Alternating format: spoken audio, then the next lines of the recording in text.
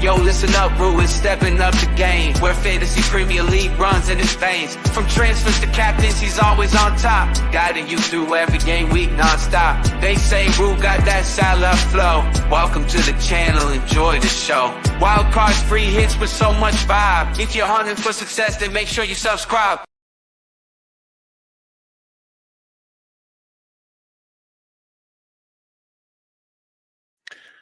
Good day, everyone. Welcome back to the channel. I'm FPL Root, and welcome back to another FPL video. So in today's video, we're going to be answering a few questions from Twitter. So I did put out a tweet, I think it was about yesterday, asking if you had any questions for Game Week 21. I'll also be answering any questions in the chat as well. We might do a thing, I haven't really done this before, so we might trial it where you send me your team ID and I'll get it up on screen and have a look at your team. Maybe we'll do that later on in the video, but later on the stream. But for now, we'll just go through a few questions on the chat and a few questions on Twitter. Shout out to the early people in here. So a Spurs fan with is that an Arsenal? What's that at the bottom of your? Let me get a shout out first to arrive. Death Free Spurs 30 as a Spurs fan in it. Yeah, big up.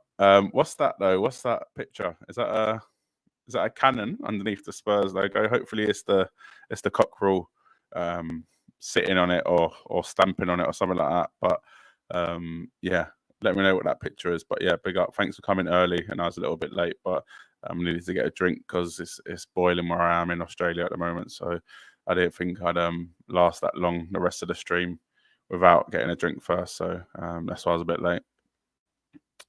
Emmett in the house. Yep, let's go, Rue. Cheers for logging in. Hey, Rue. Hey, Ethan. How's it going? Hey, buddy. Hey, how you doing? Cheers for locking in. Hello, mate. Is Haaland playing this game week? I don't think so.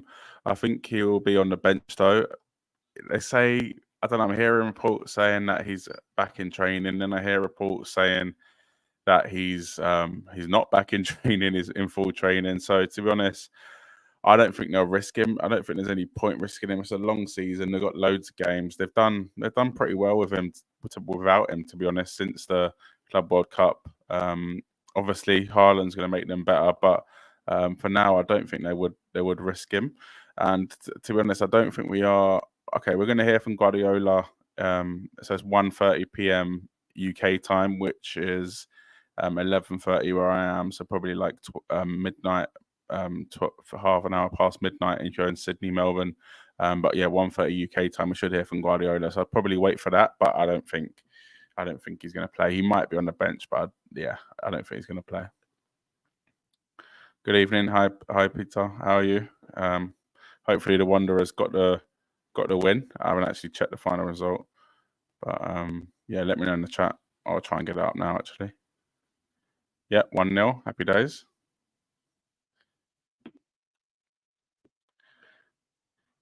Hey, mate, I can't stay for long as I have work soon. No worries, mate. Have a good one at work. Can I get tips on the striker situation?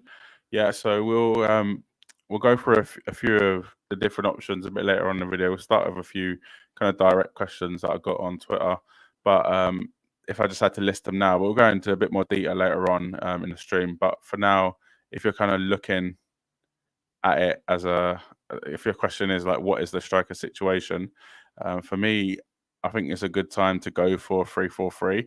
Yes, I know all season we've had good midfielders and we still have good midfielders, but I think there are a lot of good forwards at the moment. You've got Solanke, Watkins, obviously Alvarez or Haaland, depending if Haaland's back. You could go even someone like an Isak, where maybe not this game week, but the next game week and a few game weeks after that. Newcastle have some decent fixtures.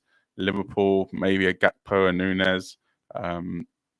Obviously, Jesus ain't really an option at the moment, but there are, other than Tony coming back from injury, there are more strikers available than there were earlier on in the season. So it does spice things up a bit. It does mean potentially a change in formation for a lot of managers. And yes, I think it's an interesting time to play three strikers at the moment. And I think it's definitely doable, especially with the likes of Garnacho coming in at kind of 4.8, 4.7 million.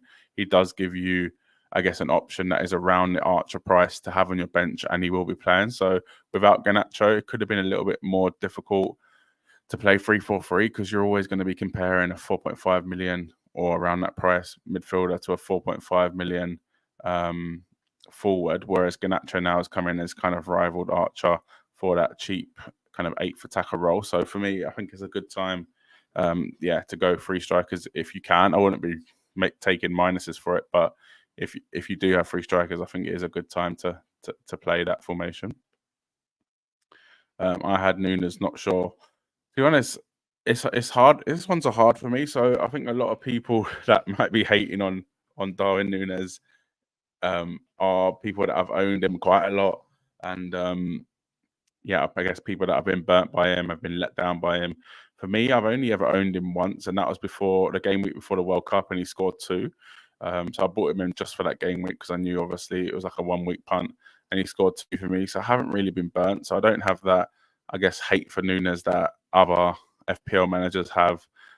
For me, he's getting the chances. So it's a bit of a cliche, but that's all you kind of want from your forwards. As long as they're getting chances, at some point they're going to start putting them away. I know we've been saying that with Darwin Nunes for since basically Liverpool bought him. He looks good. He's getting chances. He's missing sitters. He's this and that. But surely it's got to come good at some point. And to be honest, Liverpool kind of need him to step up now. Salah is off to AFCON. And potentially could be on penalty. So for me, I wouldn't be taking out Darwin unless I did see something about an injury, but I don't think it was actually true. But we'll wait to hear for any more news on that. But for me, I'd be keeping Darwin. I have 5 flagged players. Yeah, that's rough. Who are they? So I'm guessing Son, Salah, Bowen. Who else? Trent. Maybe one other as well. So yeah, no, that is rough. Are you thinking of doing a wild card? Let me know. Yeah, Garnacho is a midfielder, but what I'm saying is, so I don't think I explained it well, but at the start of the season, there weren't really any cheap, like 4.5 million bench midfielders. So a lot of people went for 5 solid midfielders and 2 solid attackers with a bench attacker. So Archer was playing for Sheffield United, so he'd always be on your bench to get you 2 points. Whereas now you've got Garnacho around the same price as Archer, but obviously as a midfielder, so that means you can play 3 up front. And the fact there's a few more striker options available, like Ivan Toney, obviously Watkins, Alvarez, Haaland, Solanke. Even maybe Werner might do some good, but I think now there are more options to go for up front. So, and the fact that Garnacho's there in midfield to be that 8th attacker, so the player that you're going to have in the bench 9 times out of 10, but he does play and he can get a few points for you. So that's what I was saying about Garnacho.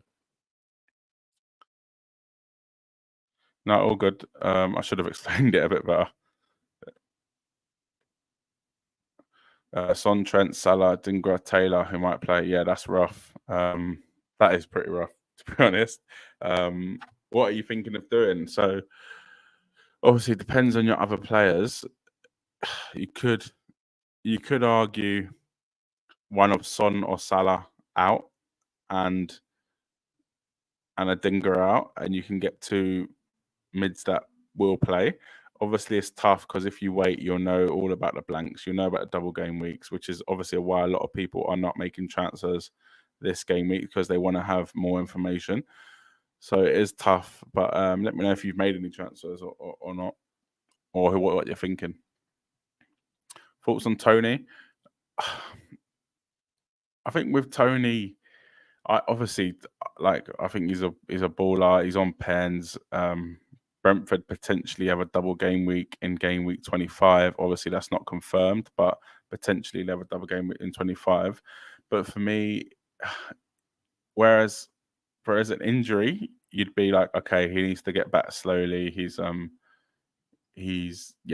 just come back from an injury. He could kind of re-injure himself in through coming back. But for me, he's not come back from an injury. He's been trained. He's been going in the gym. He's been doing some sort of training. It's just he doesn't really have match fitness. So for me, I think he will become an option very, very soon. I just don't know if this game week is a little too soon. I don't know if he's had enough match fitness, to be honest. And don't forget, match fitness can also lead to injuries if he's not up to speed with the Premier League. They have got Forest at home now, so and they do have Mbermo away. They have Vissa away. They have a lot of injuries at the moment, so I can see him starting. I just don't know, and they need him to start. They've lost their last 5 games, and they've only won 1 in their last 8 games. So they need him to start, and they need to start winning games. But for me, I'm just not sure if this is a little too soon. However, if we do bring him in and he does play, Forest at home is a really, really good fixture for him. I'm just a bit worried about the fixtures after that. So they've got Spurs away. Obviously, Tony can score against anyone, but you'd rather him play teams that maybe are not as good as City, Spurs away and City at home. Then he's got Wolves away. Then he's got Liverpool at home with a potential City away in that double game week. So really, really tough fixtures in there. For me, I don't think it's worth risking. If the fixtures were good, then but you could argue that okay, it's worth risking because if he does play, he's gonna get goals in these games. And to be honest, he can get goals in the harder games as well. Don't get me wrong, but the way Brentford are playing at the moment, I just don't see me personally trusting him to do that. But maybe after game week 26 or game week 27, you could look to bring in Tony. For now, I just think it's a little bit too soon. And the captain for me is difficult because Salah's on out. Mine is injured Arnold. Suggest me. I have 3 nominees: Richie and Palmer. Yeah, okay. So who's your 3 nominees? Richarlison, Palmer. I've gone for Palmer, so Palmer's my captain. If I had Richarlison, you know what? I think there's going to be goals in that game, that Man United Spurs game. So I don't hate that at all. The Richarlison captain punt. For me, yeah, I don't hate that at all. But it is a tough one. I probably just prefer Richarlison over Palmer, but I'm going to go Palmer because I don't have Richarlison or any Spurs forward, to be honest. I don't have Palmer yet, but it seems unnecessary to bring him in ahead of Garnacho. Gordon, he blanks in game week 26. Yeah, he could blank. Middlesbrough could pull off an upset, but yeah, more than likely he's going to be blanking in 26. So I understand what you're saying, but who else? Like, so you would go Garnacho or Gordon? I think Gordon is not a bad shout because Gordon actually has some really, really good fixtures after this one. And I think Harvey Barnes, they said he's making progress, but he's not back basically for ages. What ages could be 3-4 weeks. I don't know what ages is, but Gordon with the fixtures, I think they're not actually pretty good for Newcastle after this game week. They got Villa away. Okay, not the easiest, but not Man City, I guess. Luton at home, Forest away, Bournemouth at home. So 3 really good fixtures there. Garnacho, I do like. Is he nailed though? I've got him. So don't get me wrong, I've got him. But is he nailed? I'm not too sure. With Palmer, you know he's nailed. You know he's on pens. Yes, potentially could blank in game week 26. But I guess you don't really know what the rest of your team is going to look like by then. You might not have 3 Spurs, Liverpool, Chelsea players. But you probably will. But you might not. So I can see why you're hesitating on that, but I think Palmer can probably make up enough points in that time frame to justify the move. So Fulham at home, obviously this game week, Liverpool away, Wolves at home, Palace away, and then they've got City away in game week 25. So don't get me wrong, like the fixtures are not the best, but I just think that the safety net of Palmer does kind of cover that, I guess, to cover the blank. But yeah, I do like Gordon, and I don't mind Garnacho.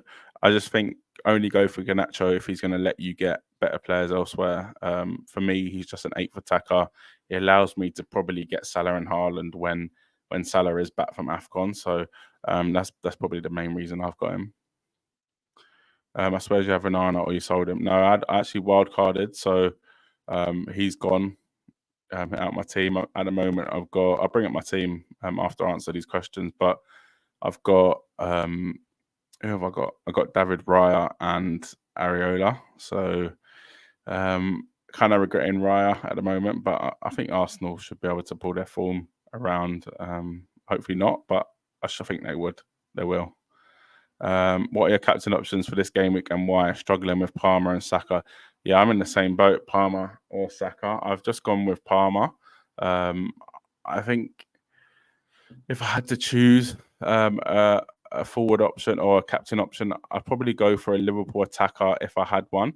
Maybe a Darwin, maybe a Jota. But again, it's not guaranteed with the starts with that at the moment because Harvey Elliott's playing in the front three, so it is up in the air.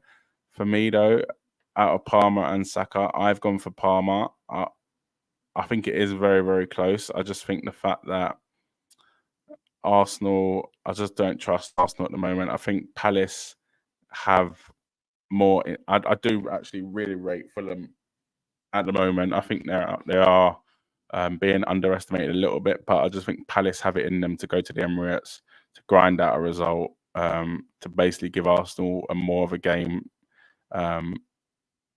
in terms of being solid defensively.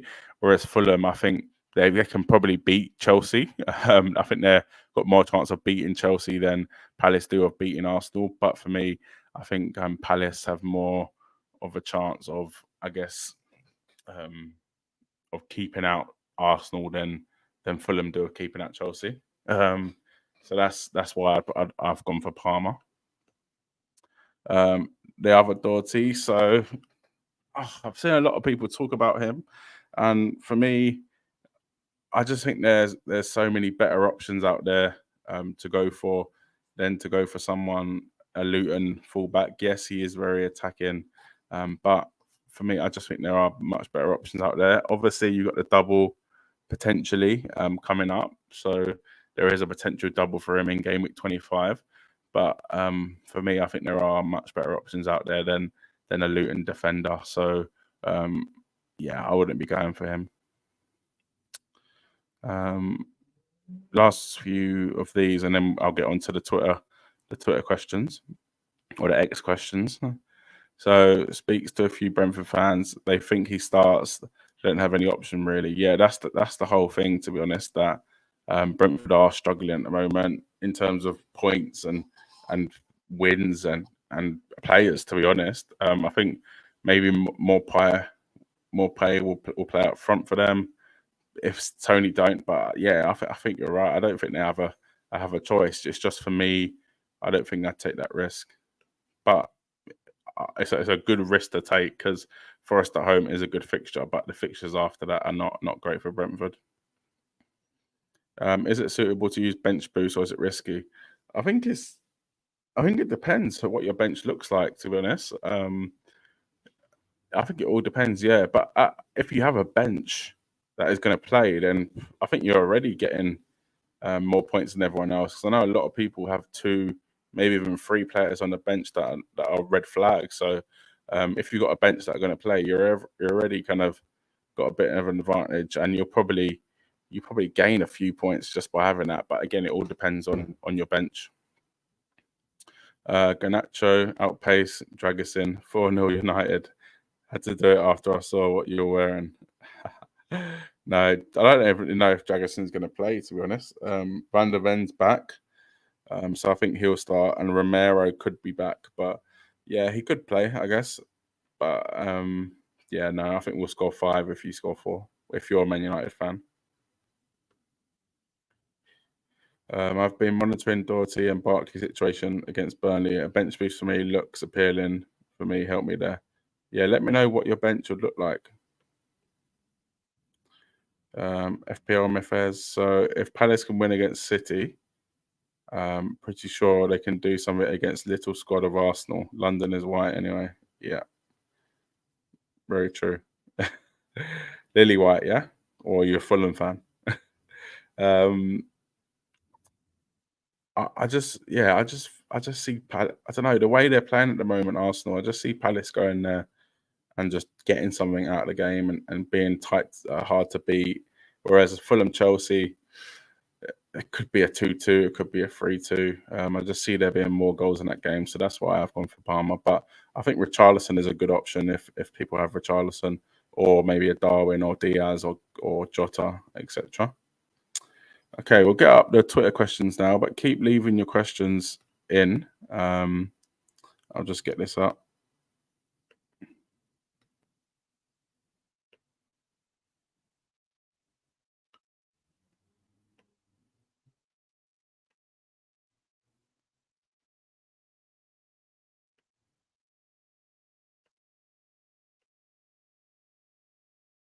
Okay, cool.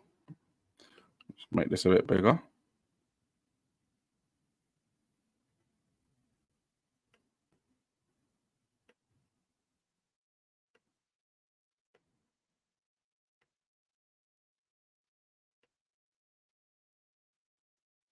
Cool. Hopefully everyone can see that.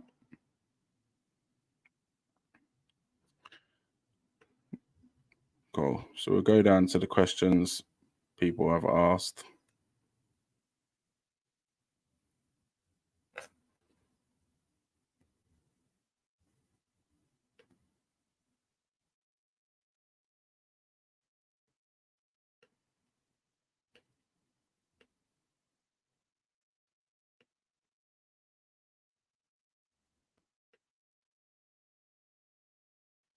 Okay, cool.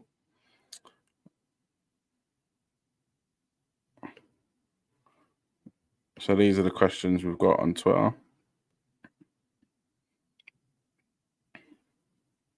Thanks to everyone that I've left them in. So first up from FPL Godlike. So 0.4 in the bank, 1 free transfer, might go for a -4. I'll just have a look at this team.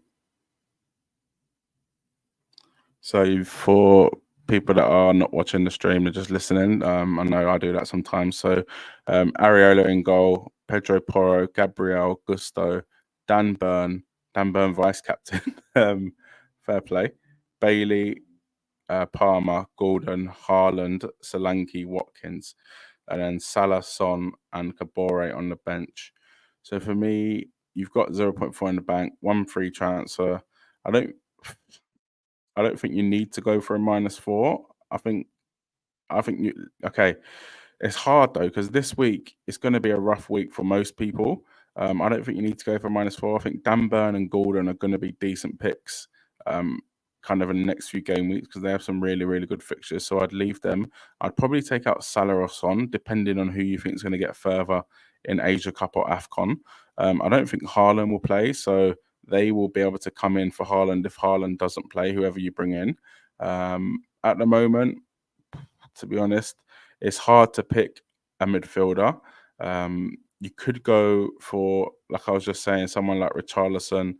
Yes, United away is not the best fixture, but I think there will be goals in that game. So I think Richarlison could do you well. You could also go for a Garnacho, again, the same fixture. Maybe saves a bit of money, a player that you can just bench. However, I think the best option you can go for is probably someone like Phil Foden. Yes, there's a minutes risk, but I think he will play, and he has been playing very, very good recently. And you can afford him, and City potentially have a few double game weeks coming up. So for me, I would probably go Salah or Son to Phil Foden, and then not make a -4. Just hope that the rest of your players play, and you don't end up needing any of your bench.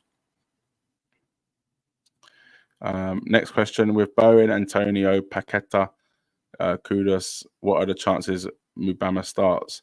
So I think Danny Ings might actually start in front of Mubama. So yes, that could be a differential having Mubama. I actually had him in my team all season. I took him out of my wildcard though, but I had him in my team all season, and for me, he has been getting a few minutes, but I think surely Danny Ings will start. I'll just have a quick look at who else West Ham have actually got because, I don't know if he will start. Potentially he could start, but I think Danny Ings will probably get the nod. I know he hasn't. Well, he's played maybe a couple games all season, but for me, I'd probably say Danny Ings start rather than Mubama. But if you own him, I'd probably just start him.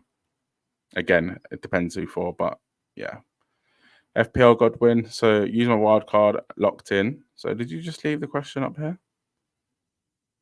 No, godlike. Okay. FPL Godwin, use my wild card and locked in. What do you think about my captain choice? I love KDB, can't resist.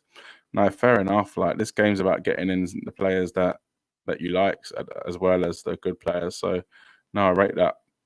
Vicario, I'm not too sure how many clean sheets Spurs will keep, but save points, you're good with that one. Porro, Virgil, and Estupinan. Yeah, I like that. And then on the bench, you got Walker and Botman. So good defensive options there. Gross, Palmer, Saka, De Bruyne. Then you've got João Pedro, Alvarez, and Watkins. I actually really like that team. But maybe could you go? I don't know if Virgil's worth that price. Could you go maybe a Joe Gomez and get Trippier instead of Botman? I think Virgil's probably a bit better than Trippier, and obviously, I'd say Joe Gomez and Botman are around the same. Obviously, when Trent comes back and when one of Robertson or Tsimikas come back, Gomez's minutes is going to be at risk, but I think you should be able to get a few games until then, and you've got a pretty solid defense. So that would be the only recommended, I guess, change on the wild card. But De Bruyne captain, why not? I don't think he will start. I don't think they'll risk him, but if he does start, I can definitely see him getting points, to be honest. So despite the news, Bowen may start, you think? I think he could start, but we just don't know. Like, it's so far away that game is next weekend. I've got Bowen. I'll show you my team later. I haven't actually started him, but I probably will end up just starting him just in case he does start, to be honest. Madam Query here. We've got 2 free transfers. What would you do? 7 flagged players. Okay, this is going to be a tough one. Wow, that is unlucky. If that's your team, that is unlucky. So again, you've got that is rough. I'd probably wildcard, to be honest. I'd probably wildcard just because you can't. Just because, yeah, I think you have to wildcard.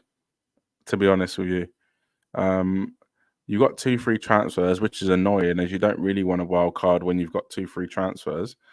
But what are you going to do with that team, really? Like, not in a bad way, but if you play Trippier and Porro, fair enough.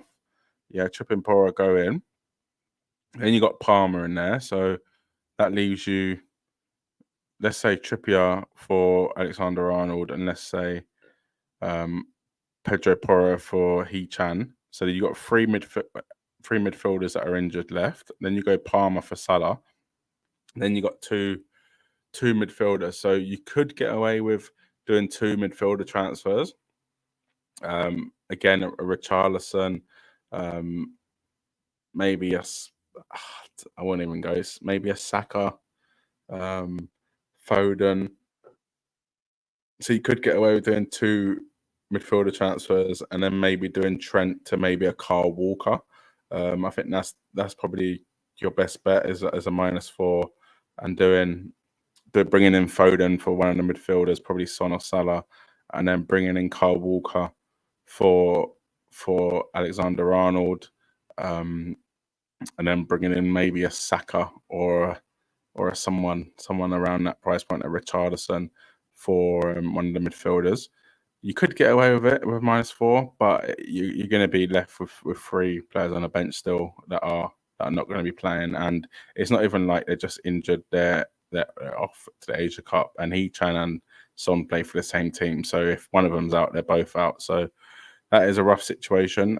I think if you don't want to play the wild card, then do a -4, get 2 midfielders out, get Trent out, I'd say, and go from there. I think Foden, Richarlison, Saka for the midfield. Then defense, I do really like Kyle Walker or a Estupinan.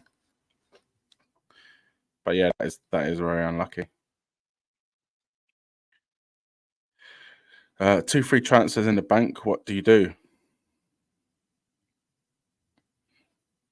So just read this team out. So Raya, Gabriel, Pedro Porro, Trippier, Palmer, Saka, Richarlison, Son, Archer captain, Darwin, Watkins. 2 free transfers. I would take out. I think I would take out Son for, again, the same sort of players. Foden, even drop down to maybe a Garnacho, so you can get Haaland in next week for an Archer or something like that. I'd definitely do something like that. And I do Trent to a Kyle Walker. Just the same similar players, to be honest. Kyle Walker, maybe an Estupinan. But yeah, roughly the same advice as the last person. But yeah, your team is definitely fixable with 2 free transfers, to be honest. Pizzas here. So I'm looking at doing Jesus to Cunha or Tony or Nunes, and then Bowen to Jota or Diaz. Yeah, okay. Is that with 2 free transfers? If you're in the chat, let me know. I think Jesus to Cunha or Tony or Nunes is not a bad shout. I think Nunes should start. Obviously, Gakpo's there now to I guess be a threat. Jota's there to be a threat for his place, but I think Nunes is first choice. Tony, again, really good fixture. Potentially, I think could start this game week. I wouldn't risk it, but he could start this game week. And Cunha with Wolves, yeah, again, really, I guess, good-ish fixtures coming up. Wolves, will they miss Hwang? No. Neto's coming back though, so that is pretty big for them. I'd probably go Jota though over Diaz. I think Jota's got more of a goal threat, even coming off the bench, to be honest. Even though Diaz did get a couple in the FA Cup, I think Jota's a better FPL option for goals and assists, to be honest. For the striker though, I'd probably go for Darwin. Although the blank game week in 26 is a little bit of a worry, having 2 Liverpool players, but they should double in 25, so it should make it up. But for me, I'd go Diaz. I'd go Jota and Darwin in that situation. Next one from Ryan Lockwood. So do I just do Son and Salah to Foden and Jota, or do I do Salah to Foden and then maybe Solanke to Haaland? No, I wouldn't be bringing in Haaland. I think it's too risky at the moment. With Haaland is not guaranteed to start. So for me, I think, yeah, Salah to Foden is a good move. I would keep Solanke. I think Solanke is a good option. I'd maybe do the Jota move or Diaz to Son. Yeah, Son, I think. So I'd do that, to be honest. The first one you said, Son and Salah to Foden and Jota. Marcus here, definitely doing Haaland in for Archer. But I might go for a -4 to change Son in from Richarlison. Yeah, for me, I wouldn't be bringing in Haaland, but I think, yeah, someone for Richarlison is a good move. Archer, not a terrible fixture this week. West Ham, at least they're at home, but yeah, for me, I'd probably try and take out Kudus or Son. And your defense is fine. I think you can get away with it for 1 week. So for me, yeah, I'd probably do a Richarlison in for Son. Don't bring in Haaland yet. I think it's too risky unless we get some news in the press conferences coming up soon. What would you do with 1 free transfer and 0.1 million in the bank? So the team is Areola, Konza, Pedro Porro, Shah, Gordon, Saka, Palmer, Salah, Solanke, Alvarez, Watkins, and then the bench of Son, Trent, and Kabore. This one's tough as well, to be honest. But again, it's going to sound boring. I'd do the same move: Salah to Foden. Then you could go.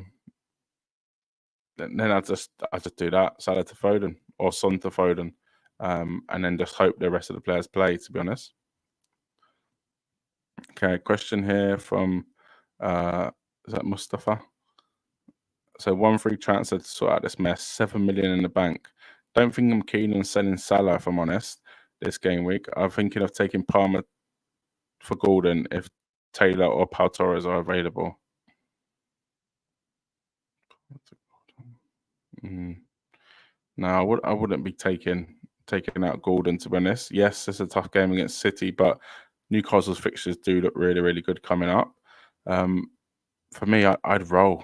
I don't think it's a mess at all. I've just seen a couple of teams that are probably in a worse state. Yes, you've got 7 million in the bank you need to use, but you got Gahey coming on. Yes, not ideal, but you got him coming on. I think 2 transfers next week will be vital. Yeah, much more useful than having, I guess, an extra player this week. So for me, I'd roll with that team. See if there's any more, and then we'll come back to the comment section on this. If you are tuned in, please make sure you do like the stream. So it really does help me out, and subscribe if you're new. Trying to get to 2K before the season ends. We're about 1,130. So getting there. But yeah, any help would good. Tell your friend as well. If your friend likes FPL, tell them to come on and leave a comment in the comment section below. Okay, cool. Next one. So with FPL James, so what would you do? So I think FPL James replied. So 2.7 million, 1 free transfer. So Areola, Saliba, Gusto, Pedro Porro, Richarlison, Saka, Foden captain, Palmer, Darwin, Haaland, Archer. So I'd bench Haaland, and then what I'd do is go. It's a tough one.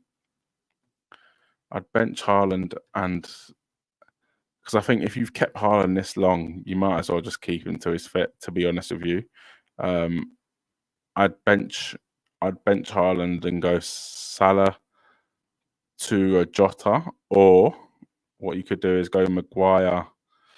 You've got 2.7 million in the bank. Can you go maybe Maguire to a Kyle Walker and play 4 at the back, or Maguire to a Stupinan and play 4 at the back? Because for me, I don't really love your Taylor and Maguire options anyway. But yeah, I'd do something like that. Potentially Salah to Jota, or if you don't want to do that, then go Maguire to someone like Kyle Walker or a Stupinan. Voice of Newcastle. So I'm guessing, what do you think of my team? This is not really a comment now. Let's have a look. Trafford, who's the Burnley goalkeeper. Well, I'd probably start Areola, to be honest. Sheffield United away, then a Burnley goalkeeper. Stupinan, Gabriel, Pedro Porro, Saka, Palmer, Gross, Bowen, Tony captain, Watkins, and Isak. Yeah, I like that. Foden, Walker. Is that a bench boost? Is that what you're saying? I don't know if that's the bench boost colour. I can't remember. If that's a bench boost, I wouldn't be bench boosting, to be honest. I think Bowen might not play. I even think Tony potentially couldn't play. So I don't know if it's worth bench boosting, but I can see why you've done it. Foden and Walker on the bench, yeah, not bad. But if Bowen doesn't play, then it's pretty much a disaster, because it's just Walker and Anderson on the bench and then Areola. For me, yeah, I wouldn't play bench boost if that's what you're asking. Okay, cool. That was it for Twitter. We'll come back to the live stream. Again, if you are locked in, please subscribe. Please leave a like on the stream as well. It does help me out quite a lot. Trying to get to 2K subs before the end of the season. Okay, I think I've missed a few chats, but I'll try and find it where we're up to.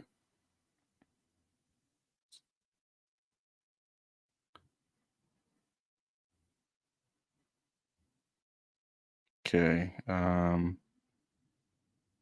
here we go. If Palace win against City, if Palace can win against City, pretty sure they can do something against the little squad of Arsenal. London is white.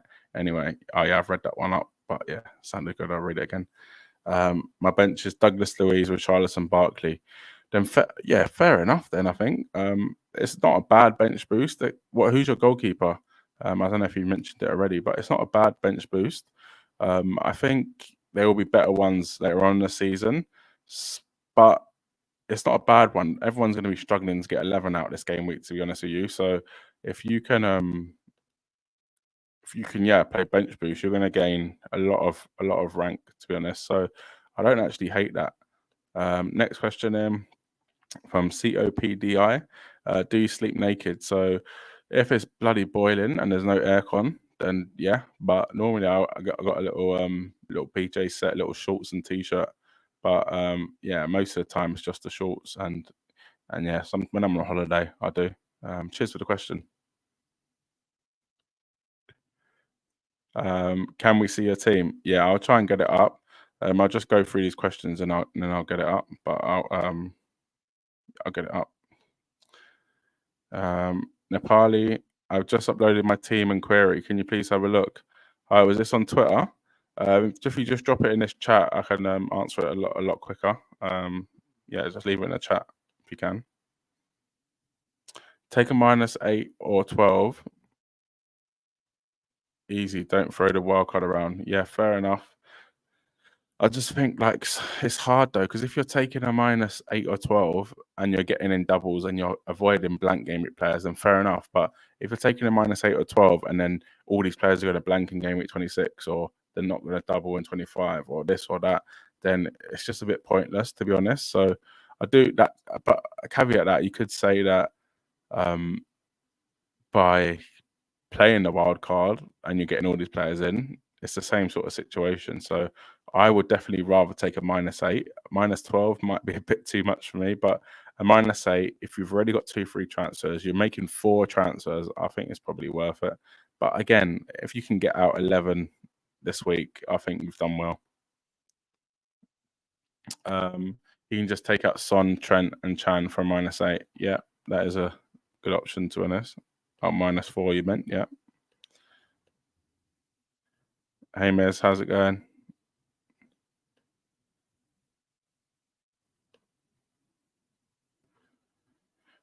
Save Trent for Paul's double in 25, sells Zinchenko other. Yeah, fair enough. It's just that's not guaranteed, is it? Obviously, it's a likely thing to happen, but it's not guaranteed. And is it guaranteed that Trent's going to be back by then?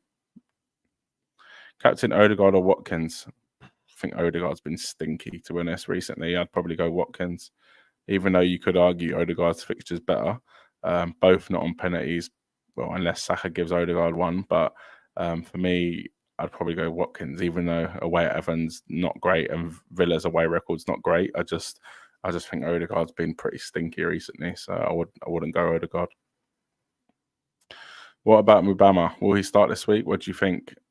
Cheers for the question, Thomas. So I think Danny Ings will start, but there is always a chance Mubama will start. If you've got no one else, then play him. But if you've got anyone that is guaranteed to start, then I wouldn't play him over Mubama, to be honest. Captain Odegaard or Watkins? Same question. Captain Odegaard or Watkins?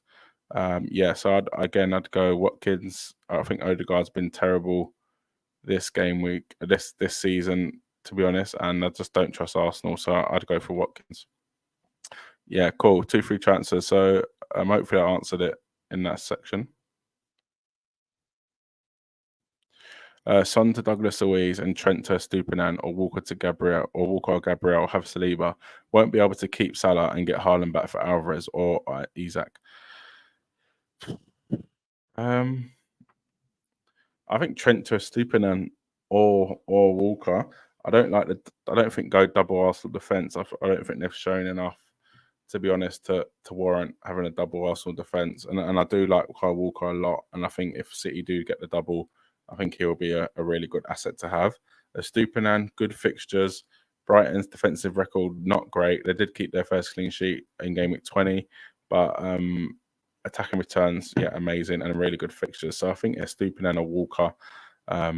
Son to Douglas Luiz, I don't love that, to be honest. I don't think Villa's fixtures are that good coming up, and I don't think Douglas Luiz is that good of an option. Yes, he's on pens, but Villa's away record is shocking. So, and obviously, I don't think their fixtures are that good coming up either. I used the wild card. Okay, cool. What might be the suggestion for the team? Foden in for Bowen or Trafford for Areola? Oh yeah, I just covered that, I think. Let me know if I didn't.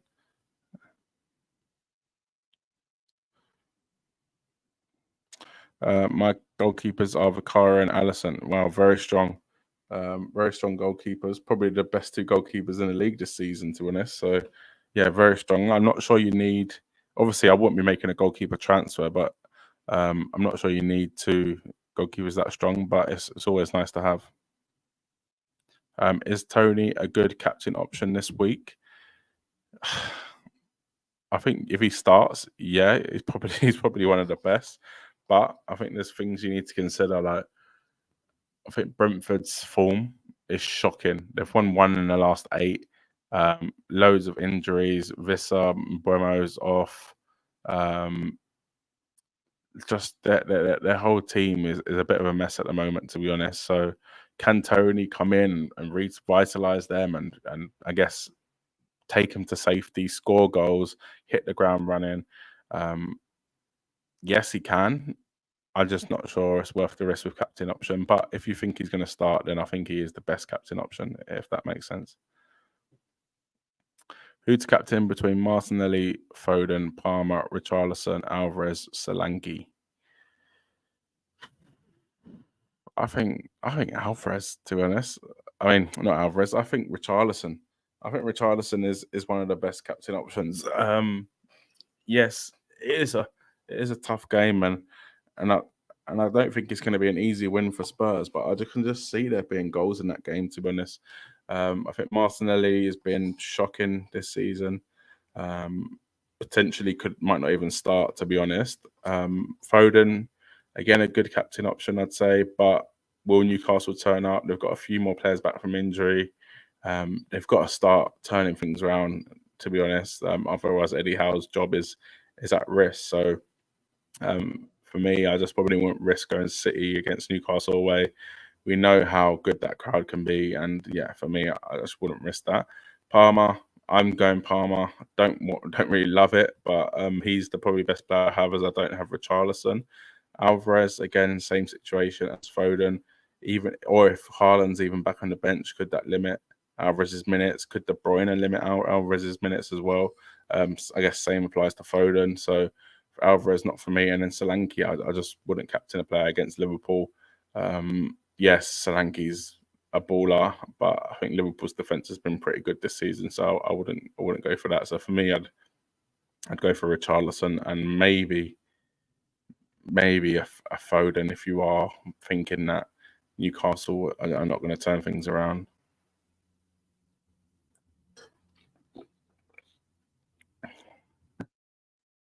No, I think Palmer's probably a better option. Obviously, they're both on pens.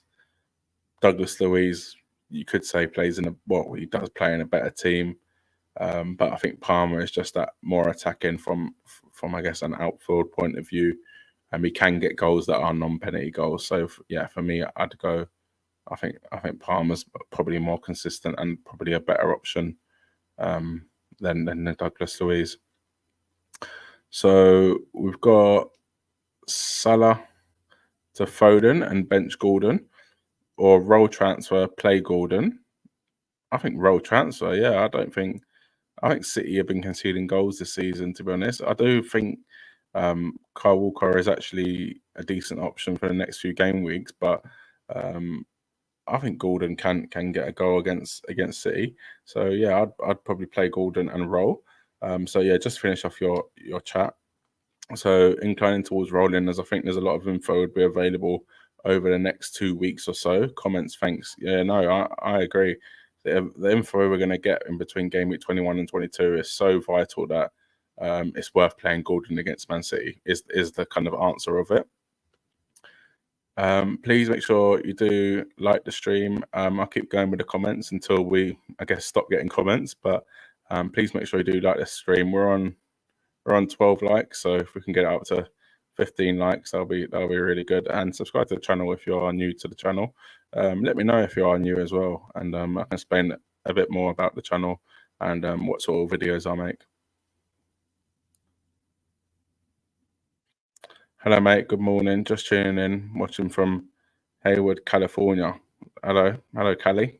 Good morning. Lewis, is it Lewis or Louis? Who would you start? Many people have Areola. I also have Edison. Who would you start? I think if you're gonna go for a goalkeeper that is that expensive, I'd probably start them. I know I just said that I'd play Gordon, and it's kind of a bit, a bit of I guess a counteract of what I just said. But I think if you've got a goalkeeper for that sort of money, I think you've got to start them every game, unless it's like Liverpool away this season, maybe Arsenal away.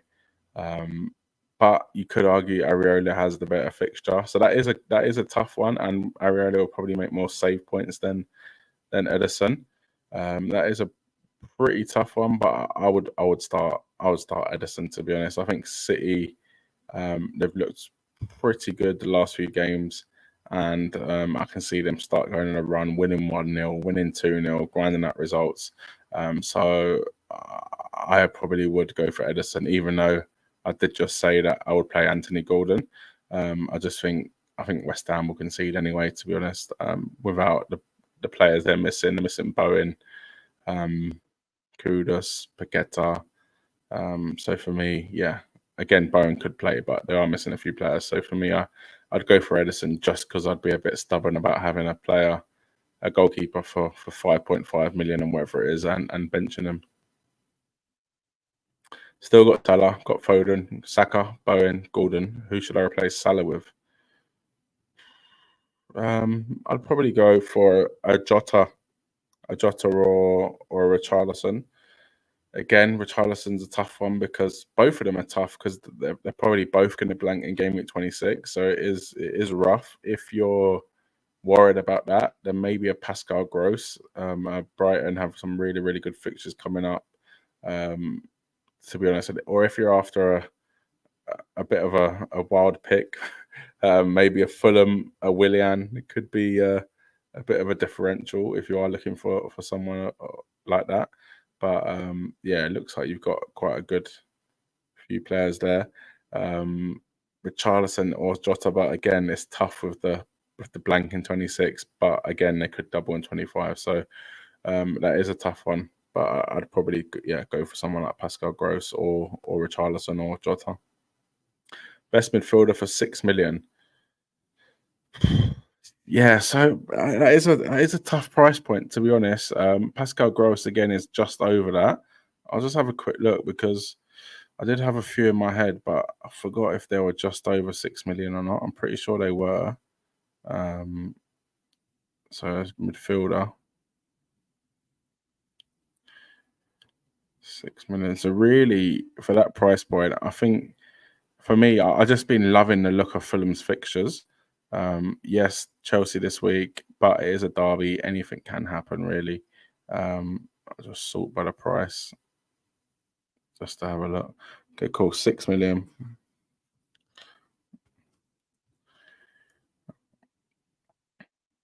Pascal Gross is 6.5.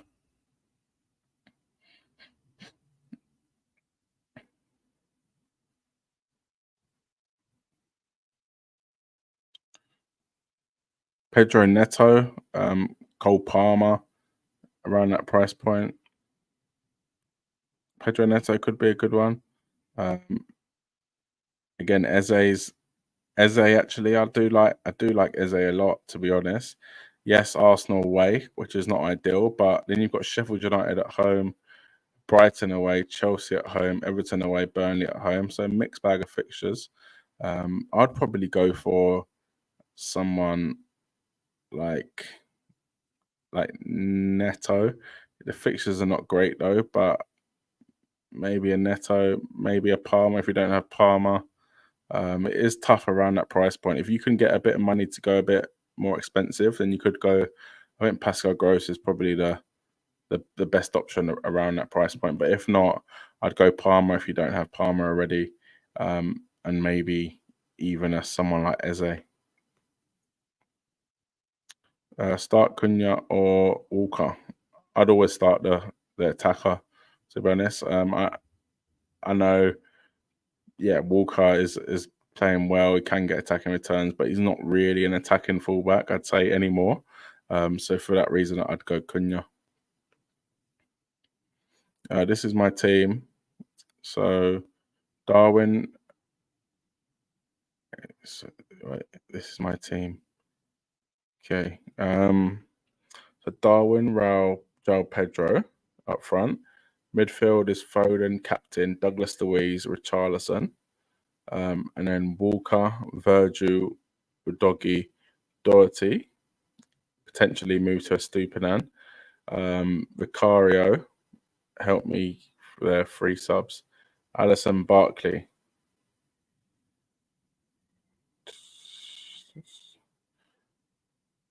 Yeah, that is a solid team. What are you asking? Suggestions on who to have as subs? Were you not playing your bench boost? You said. Sorry, I'm a bit confused. What's your method in selecting players who to bring in?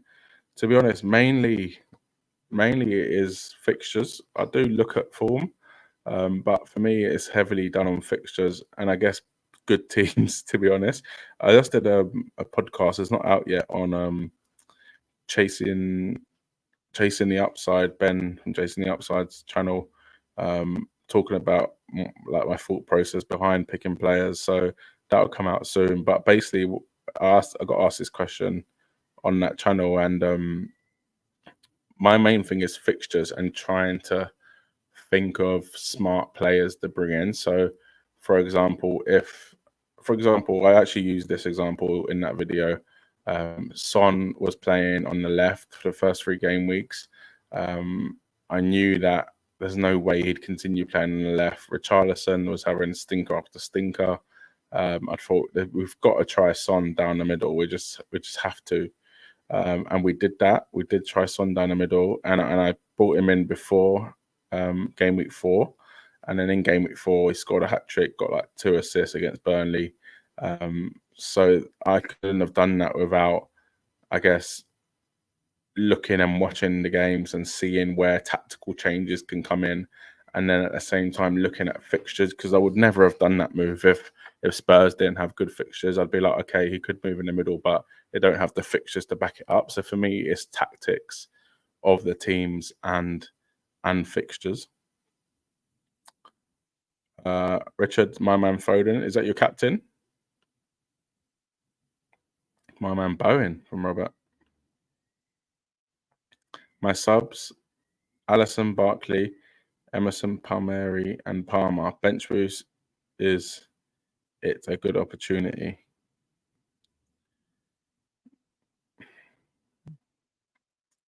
To be honest, I would play Palmer over Douglas Luiz, and I wouldn't bench boost. I'd even play. Who would you play instead? Or I would play. Yeah, I'd probably say that. To be honest, I'd play Palmer over Douglas Luiz and not play bench boost. I think there's going to be better options later on in the season. To be honest with you, to play bench boost. So for that reason, I wouldn't play it this soon. We did get this comment. So can you see my team? So I'll just try and get that up now. Leave a few more questions in, and I will answer them before I'm done on this. It is pretty late here in Australia, so it's 11 p.m. for me, so almost bedtime. I'll go through a few of the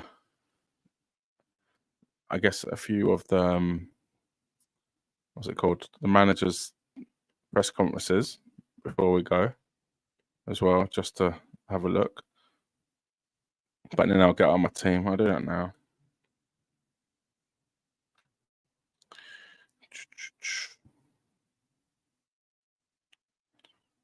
Again, if you haven't liked the stream, please make sure you like it.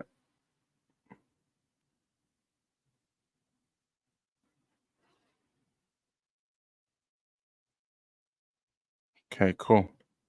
Here's my team.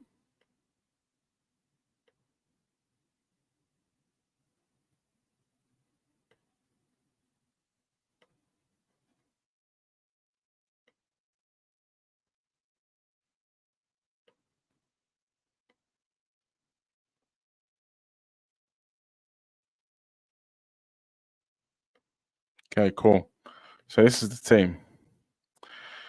So we've got David Raya, Crystal Palace at home. I'll just zoom in 1 minute. Doesn't really help, does it? David Raya with Palace at home. Gusto, Fulham at home. Again, Gusto potentially, they say he came off injured in the League Cup, but I heard that he's all right, so he's playing basically. Pedro Porro, Man United away. Not expecting a clean sheet, but yeah, for me, I think attacking returns are possible for Porro. Alex Moreno with Everton away for Villa. Saka, Palace at home. Garnacho, Spurs at home. Foden, Newcastle away. Palmer captain with Fulham at home. Watkins, Everton away. Alvarez, Newcastle away. And Solanke with Liverpool at home. My bench is Areola, Sheffield United away. Bowen, Sheffield United away. Alexander-Arnold, Bournemouth away, and Senesi, Liverpool at home. So Alexander-Arnold and Senesi are out. Alexander-Arnold is injured and Senesi is suspended. Bowen is a doubt. I should really start Bowen over Garnacho, but I don't want to. I just think the fact that Garnacho plays first in the fixtures, so Garnacho will end up playing before Bowen plays. So for that reason, I just don't want to be thinking, "Oh, I hope Bowen doesn't play. I hope Bowen doesn't play if Garnacho does end up getting a haul. Whereas if Garnacho blanks, I kind of forgotten about Bowen, to be honest, by the time he does play. But yeah, we'll see how it goes. I should start Bowen really. But yeah, we'll see how it goes. I might make that last minute decision.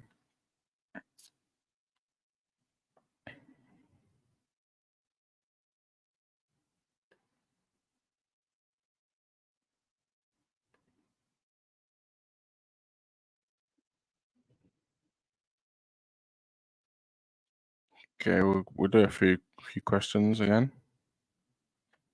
So when getting Haaland back, should I get rid of Isaac or Alvarez? So I'm going to be getting rid of Alvarez. I don't think Alvarez is as good an option now.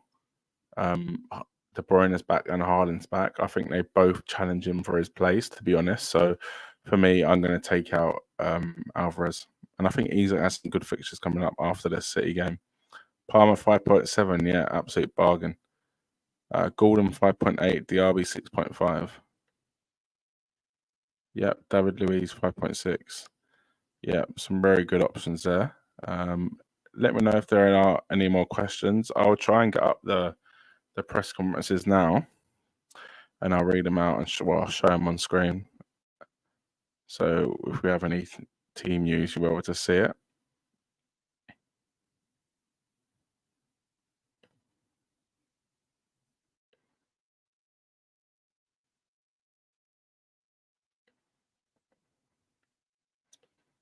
Okay, cool. We've got a few bits of team news in. So we did have the press conferences from the managers, some of the managers. Obviously, some are playing next week, so we won't be able to get them press conferences. But we'll have a look now.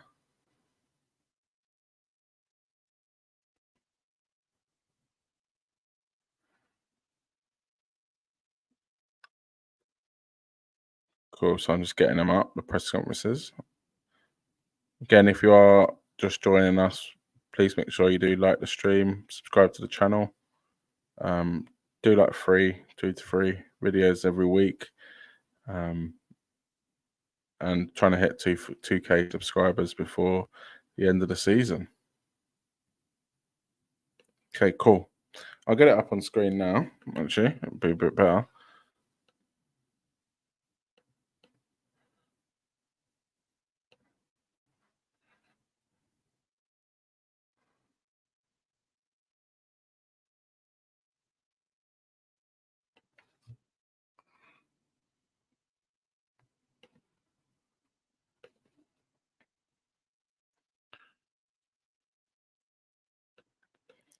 Okay, cool.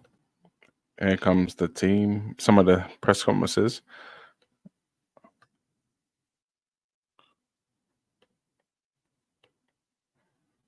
Okay, cool. So, Man United. Eric Ten Hag has had plenty of good news in his pre-Game Week 21 press conferences. Casemiro, Shaw, and Martinez have all trained and are available for selection. Anthony, Ericsson, and Amad Diallo will also return. Okay, wow. Big news for Man United. Does this make them a better option? Players that I guess could make them a stronger team. Definitely stronger defensively with Casemiro, Shaw, and Martinez all back and ready for selection. Anthony and Ericsson as well, in the terms of attacking wise. So that is big for Man United. See if there's any other team news here.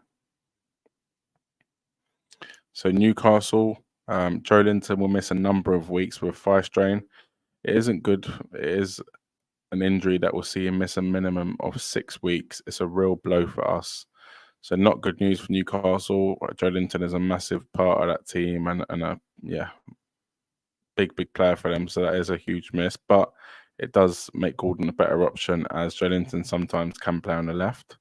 The rest of the press conferences, so Howe, Ten Hag, Postecoglou will probably be up next. It should be any time now, 1 p.m. UK time, which, should be now-ish. So we should get Postecoglou's news soon.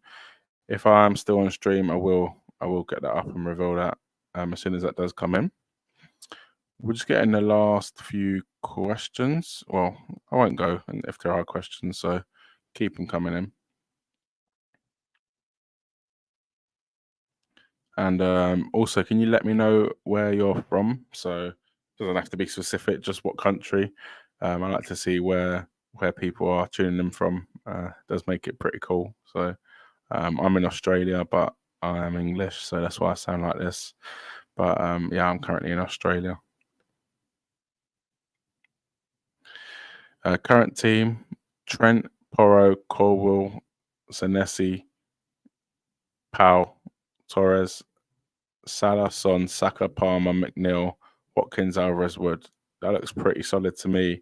Senesi is obviously suspended for this game week, though. I don't know if you know that. He picked up five yellow cards. Yeah, five yellow cards because Bournemouth missed the game week. So it's basically when the team plays 19 or 20 game weeks. I can't remember. So Senesi is out for this game. I don't know if you did know that. -8 hit defense, Estupinan, Porro, Colwell, Senesi, Trent on the bench. Okay, that's what you were saying. Okay, cool. Ignore my comment then. Midfield: Saka, Palmer, Jota, Richarlison, McNeil on the bench, Haaland captain. Wow, you think Haaland's going to be back then? That is a big call. Watkins, Alvarez. That is a big call. Haaland captain. Do you think that then? Do you think Haaland's going to be back? I'm not too sure. Should I change Darwin for Jota? No, how would you do that though? Jota's a midfielder. You can't do that straight away. So I wouldn't be doing taking 2 transfers to do that, to be honest. Ash FPL Juice, good luck this game, bro. Keep up the good work. Great work. Cheers, mate. Appreciate it. Cheers for locking in.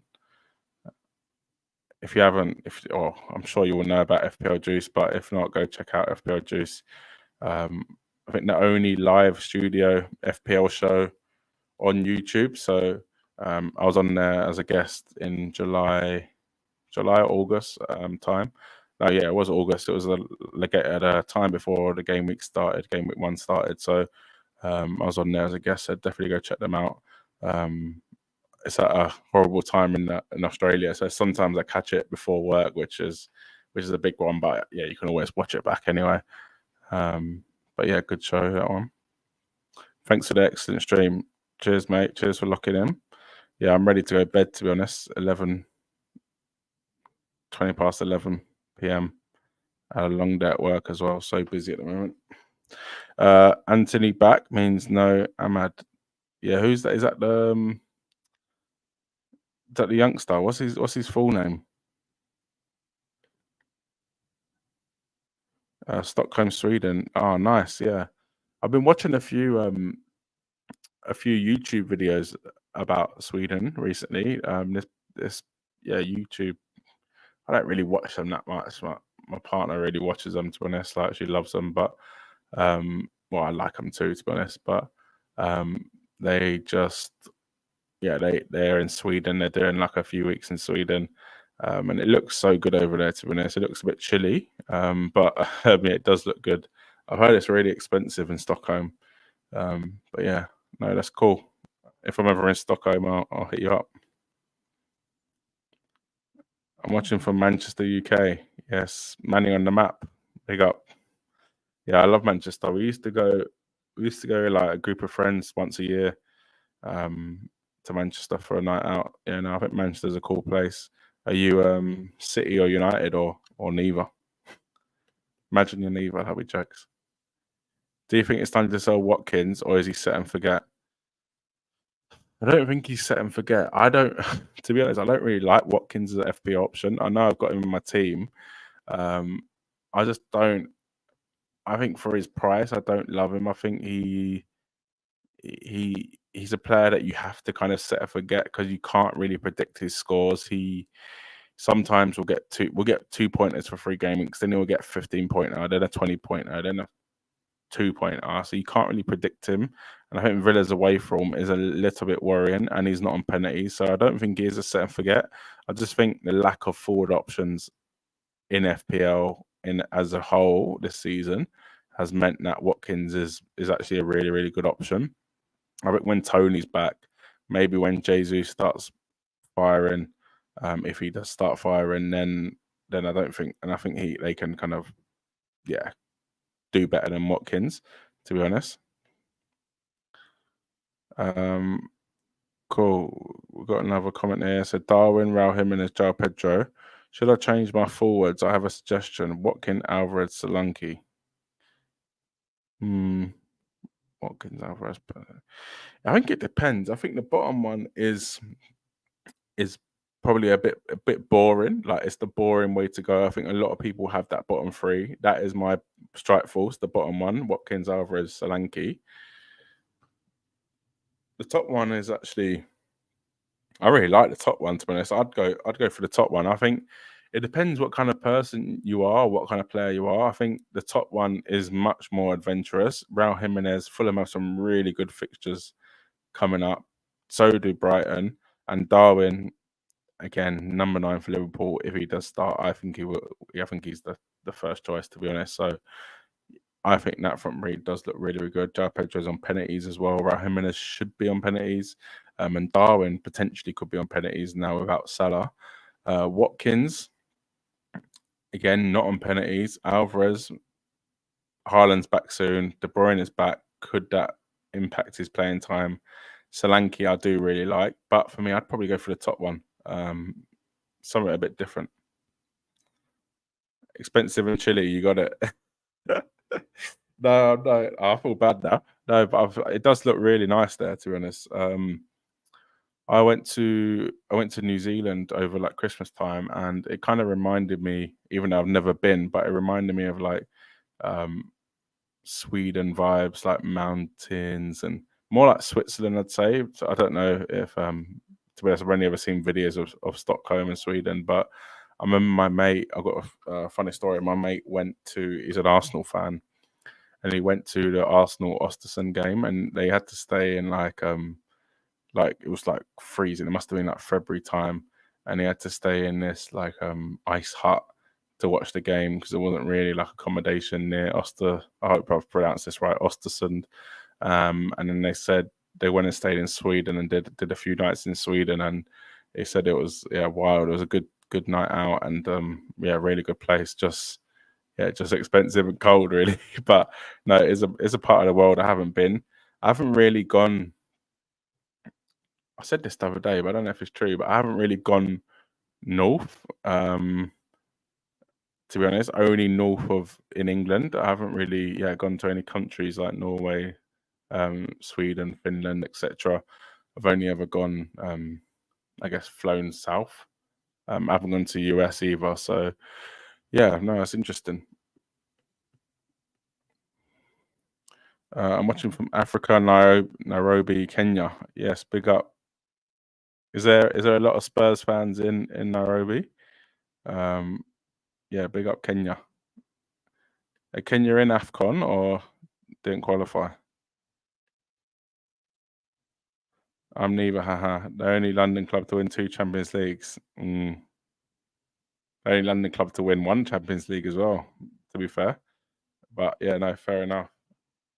Are you living up there then? Are you not from Manchester? What's that like, to be honest? Surely they must hate you.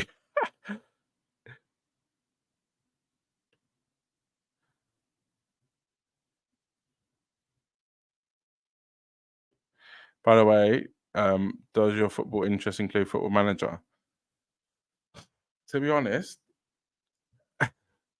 I love Football Manager, but I know if I play, I just get too addictive, like addicted. It'll end up like taking over my life whenever I play. I go through, I'd say every like 2 to 3 years, I'll like, okay, I fancy playing it, and then it will just literally take over my life for a good, I'd say like 3 months, where every moment I get, I'm just trying to play Football Manager. I'm trying to get a game in. I'm trying to, do you know what I mean, go for a transfer window where it just takes over my life. So I do like Football Manager, but I try to limit myself to it because it just takes over my life. It's the same with same with FIFA, to be honest. I used to play FIFA all the time as a kid, and used to beat everyone, all my mates on it. If any of them's watching, let me know in the comments. But yeah, now I just don't. I kind of don't play at all, really. I used to play my Ultimate Team quite a lot, even a few years ago in like lockdown and stuff. Like I was in Melbourne, and we had like the longest lockdown in the world, and I was just playing FIFA, and again, it was just taking over my life a little bit. So, but I go through stints of kind of getting really addicted to it and then getting bored of it.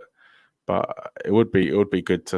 I've always wanted to set up a game with like a group of people, and you do like 1 game a week. And it takes like a week means something and a season means something. But yeah, I've never had the chance to do it really.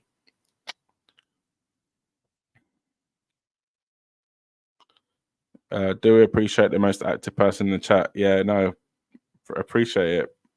Big up. You still haven't told me what your photo is though. Is that the Spurs badge, like like, I don't know, sitting on the Arsenal cannon? Or you don't support both, do you? Don't tell me you support both. A few times I go abroad and come back to Sweden, I can just sit down anywhere, central Stockholm, have a beer, get blown away. Have I grown up here amongst all these stunning ladies? Uh, have you seen that? Uh,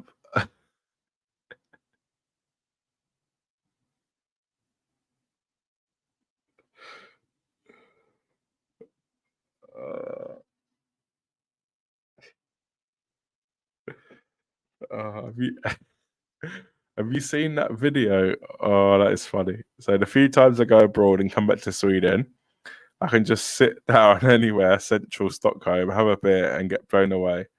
Have I grown up here among all these stunning ladies? Oh, that's funny. But you know what? Have you seen that video? Oh, 1 minute.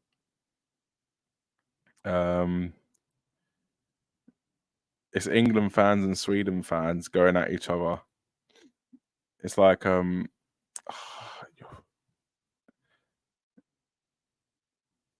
it's like your football's. I don't want to swear. I don't know if I'm allowed on here, but your football's, but your birds are fit or something like that. I think it was Swedish, Sweden and England fans going at it. Oh, that's funny. Yeah, they hate me, but I stay quiet. Yeah, fair enough. Lived in London for a while, but I'm from Manchester. Oh, cool.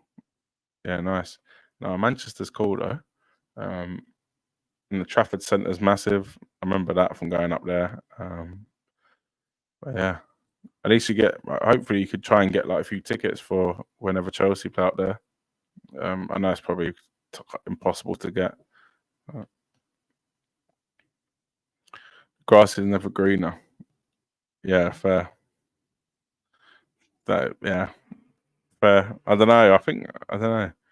So obviously I'm from England, but I'm in Australia, and I don't know.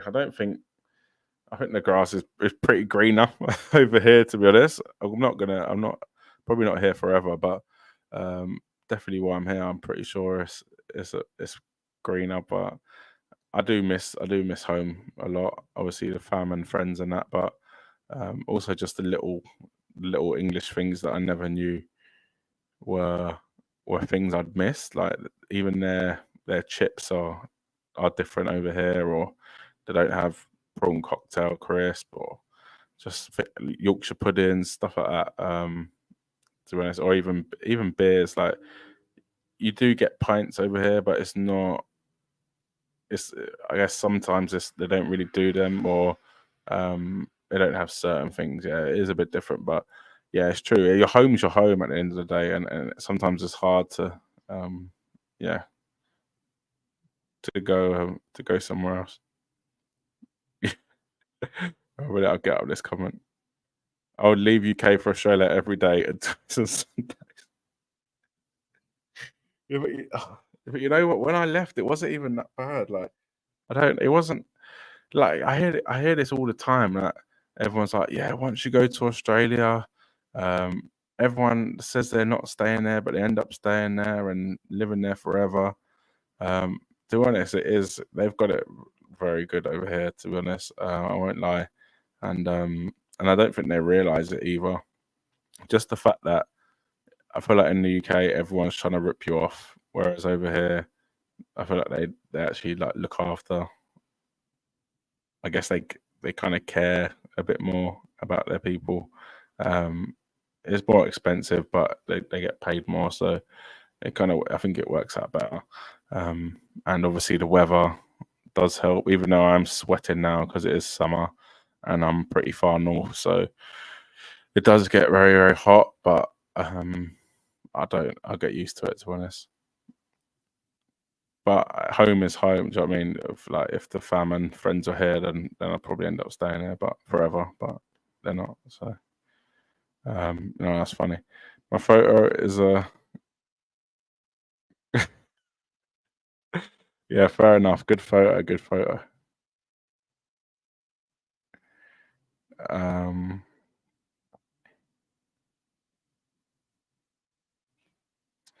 So when did you move to Australia, and was there a particular reason? So I moved in 2019, August 2019. And my partner, her dad's Aussie, so she wanted to come over and like meet some of her family, or to just see some of her family for a bit. It was only meant to be for a year, and then we kind of didn't get to see much of Australia, so we ended up staying kind of during COVID. I had to go do some farm work to extend my visa, which was fun. Driving like big tractors and all that. But yeah, and then ended up just like kind of extending the visa, kept staying just because there was like more things to see. And then now we've been here, about nearly 5 years by the time the end of the visa is. But yeah, it wasn't really meant to be like that. So it's only meant to be a year and then come back through Asia and see a few countries. But yeah, kind of COVID hit and meant that we couldn't really do that. So just ended up staying.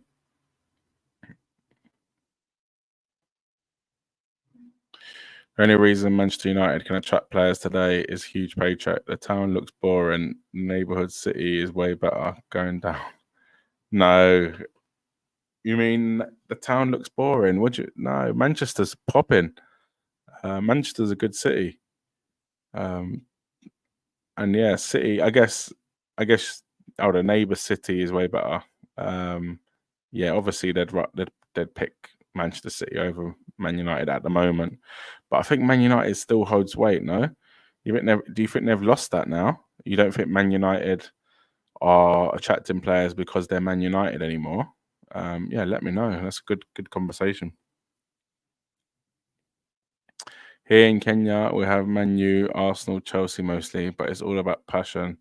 Like me and bro are rivals. He's an Arsenal fan, so when Spurs and Arsenal play, it's Derby Day. Yeah, that's wicked. Because it's all about that, isn't it? It's all about your mates and winding them up. I remember going into, like, it wasn't a good time as a Spurs fan growing up. Just going into school and Thierry Henry has run past your whole team, and Arsenal beat you 3-0. And I literally didn't. I think it wasn't until, what was it? How old was I? Maybe it wasn't until I was about 15 that I ever saw Tottenham beat Arsenal. So I used to have to go to school every year. They'd be winning Invincibles and winning double and this and that, and I'd be 15th, 14th. But now at least we can talk to them. Do you know what I mean? And we've been doing better the last few seasons. Obviously, last season they done well, but we're only 1 point behind them this season. So at least we can talk to them now. Whereas growing up, I couldn't even chat to them.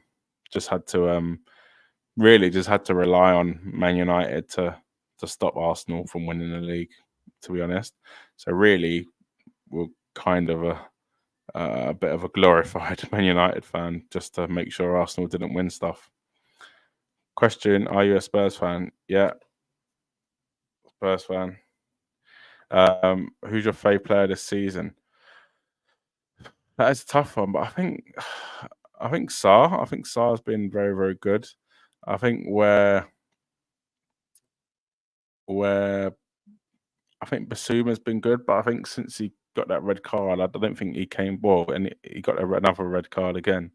I don't think he's been that good, and I think Sarr has been solid throughout, to be honest.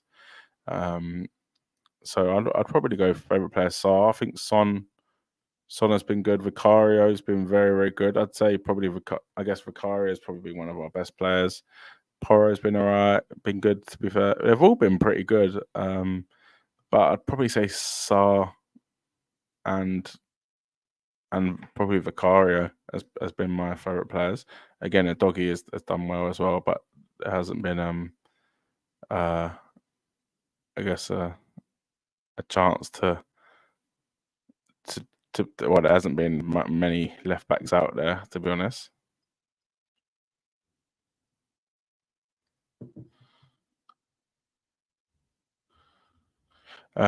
Next one.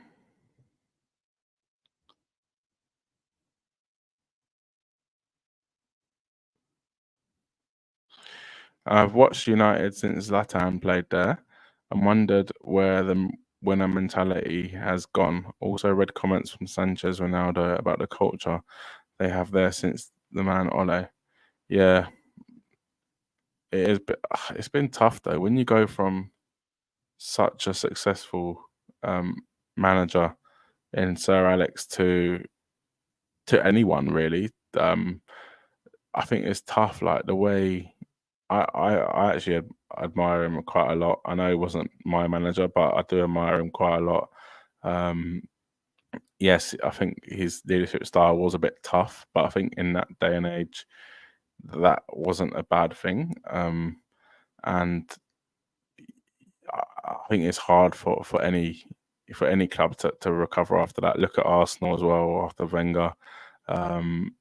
And I think you're right. I think Sir Alex was a big part of the culture that was built around Man United. Like before him, they were successful, but he kind of took them to another level, really. And they were kind of, I guess, a bit of a sleeping giant when he came. So he built that. And it's hard when a manager of that influence does leave, because it's not only he's the manager of the football team, but he was in control of everything. He was managing the club, really. So it is hard. But yeah, they've had their success, so you can't really moan Man United fans, to be honest.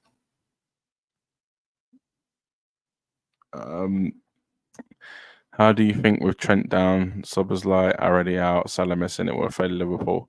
So I think they did look a bit rusty in the League Cup semi-final against Fulham. I think they should have enough to beat Bournemouth. Their front players are just ridiculous though. Like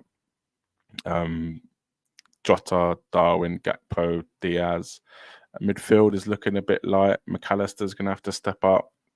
maybe a Curtis Jones, Harvey Elliott, and defence. They kind of got no.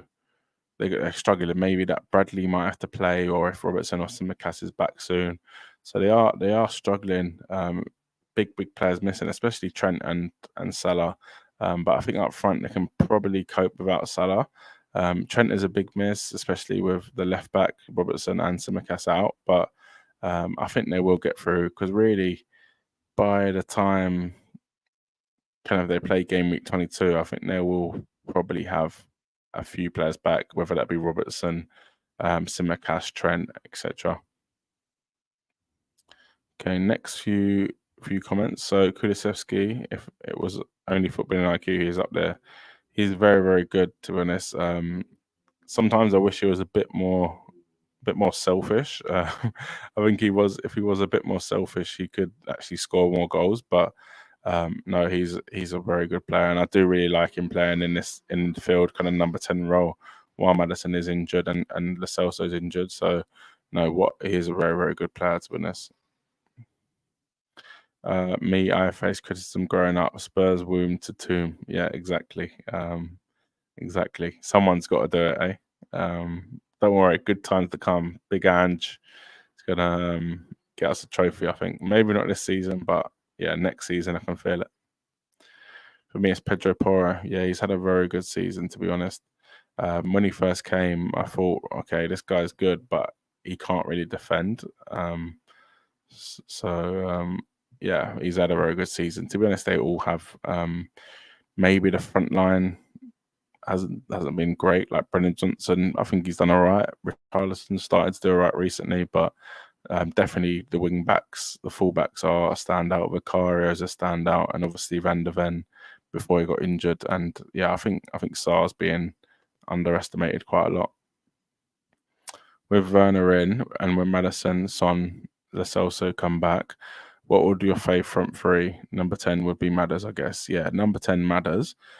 Then I would do Son left, Richarlison through the middle, and Kulusevski right. I think Werner, you could argue Werner left, Son through the middle. But I think Son does struggle sometimes. Maybe not Son struggles sometimes. I think Spurs struggle sometimes against a low block when he can't run in behind. Whereas Richarlison is a bit more of a striker that can maybe hold up the ball a bit more. So I'd go Richarlison up front, Son left, and Kulusevski right. And obviously Maddison number 10. Postecoglou is so damn likeable. Spurs really strike gold there. Yeah, no, so lucky. A lot of people here in Australia were saying how good he is and how well he did for them in the Asia Cup. He won them the Asia Cup. So I didn't really, I guess, listen. I'm just kind of like, Celtic manager. I'm not too sure if he can do it. But honestly, he's been so good. And the way we play and the way we fight, it's just been incredible this season. This is my first time on your live. It's been amazing interaction. See you on X. I'll probably follow you. It's been a pleasure putting a face to a name. Yeah, cool. Appreciate it. I'm going to go soon anyway because I'm knackered. But yeah, appreciate you coming on. Drop me a message on X. And yeah, subscribe as well. And catch you on the next live stream. And yeah, good chatting to you, FPL Station. Another question. Favorite match to watch for is what? Because me, a semi-final second leg beat Ajax. Just heard our last cut was Carabao. I was young then. Wanted to know how it was. Yeah, it was I won't say it was a good match, but we won, so that was good. So we're playing Chelsea. Pretty sure Mourinho Chelsea, maybe not Mourinho Chelsea. They went 1-0 up. Drogba free kick, and then was it Drogba free kick? Then we got a penalty. In the second half, Berbatov scored the penalty.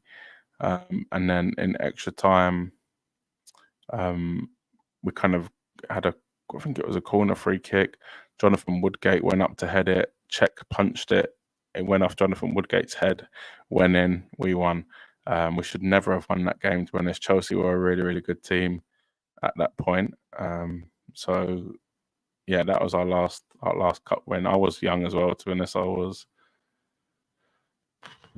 13, so I couldn't really go out and celebrate or anything like that. But I do remember it. But for me, yeah, Ajax is definitely up there. Even the Man City game that season, the Champions League.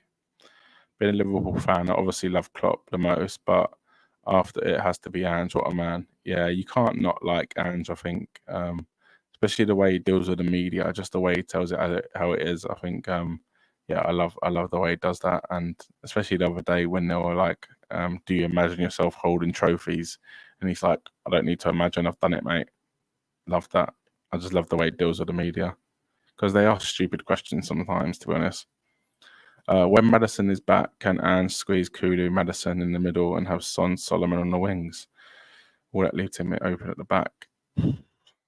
You could, but then you'd probably have to play Kulu as like a false 9. I'm not too sure if that would go well. But you could.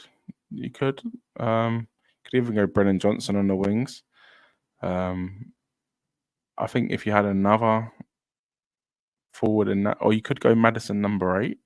You could go Madison number 8 with maybe a no. I think it's too attacking. I'd say it's too attacking. I don't know. I think Kulu would have to go on the right for me, and then Madison number 10 / number 8, and then yeah, Son and maybe Solomon. So Rue, are you playing any other fantasy games apart from FPL? No, I'm not. I used to. I actually started with Dream Team, but back in the day we used to have to write it on paper and send it in, and then I did it online. But since I moved to FPL, I haven't really played. I played Sky a few years ago, but again, not any good really. Just never really kept up with it. But yeah, FPL is the one really. Another question: which player would you like to play you in a movie? A Spurs player, current or non-current? Play you in a movie. So with my life or their life? I guess my life or not. I don't know. A question: which Spurs player would you like to play you in a movie? Current or non-current?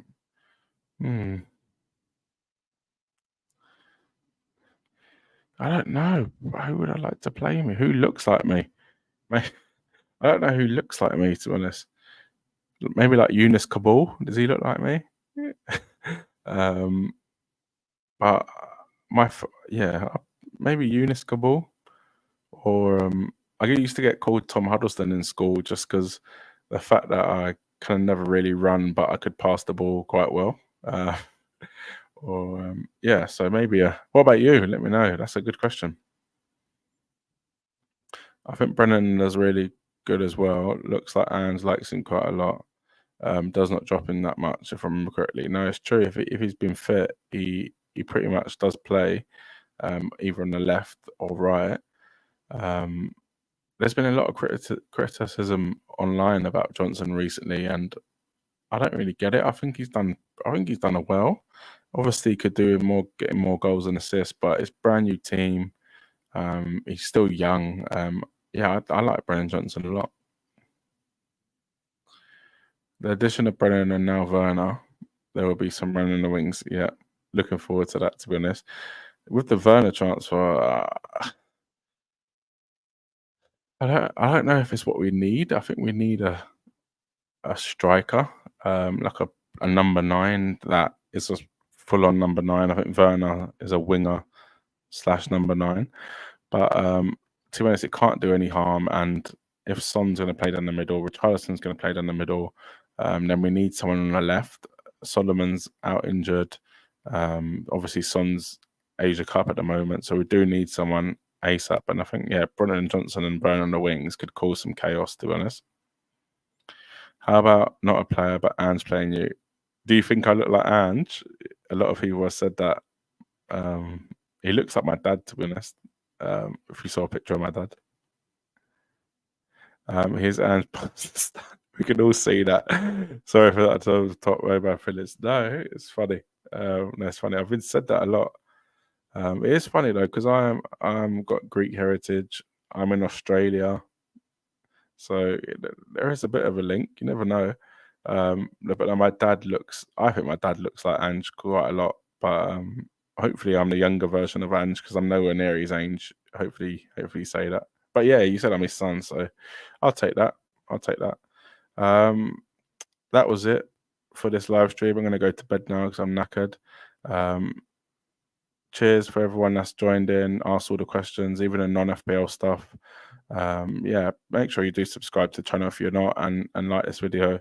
And I'll catch you in the next video and live stream. I will be putting one out tomorrow, so it's UK time, which is about Saturday night. I'm not sure about the rest of the world, but yeah, I'll put one out, basically a bit of an early one, talking about Game Week 22, a few players. But yeah, appreciate everyone locking in. A few good night messages here. Good night, great stream. Cheers, D-Law, and good night. Take care, everyone. Good luck for the game week, and I'll just get up the video. I know a lot of people do like this like this intro and outro, so if you haven't heard it, definitely wait till I play that before logging off. And yeah, good luck for the game week. Cheers.